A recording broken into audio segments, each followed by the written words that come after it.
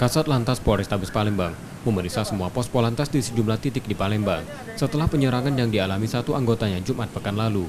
Pemeriksaan dilakukan untuk memberikan dukungan mental pada anggotanya yang bertugas di pos Polantas.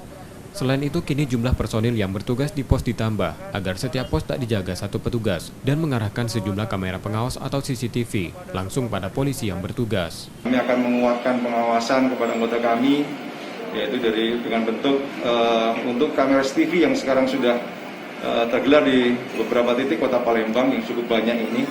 Kami selain akan mengawasi keluar kepada arus lalu lintas yang sedang melintas, kami juga akan mengarahkan kepada anggota kami yang sedang bertugas, sehingga paling tidak nanti kami secara identifikasi memudahkan manakala tidak pernah kita harapkan kembali ke depan terjadi, namun kemudian kita masih bisa mengantisipasi dan mengungkap kasus itu.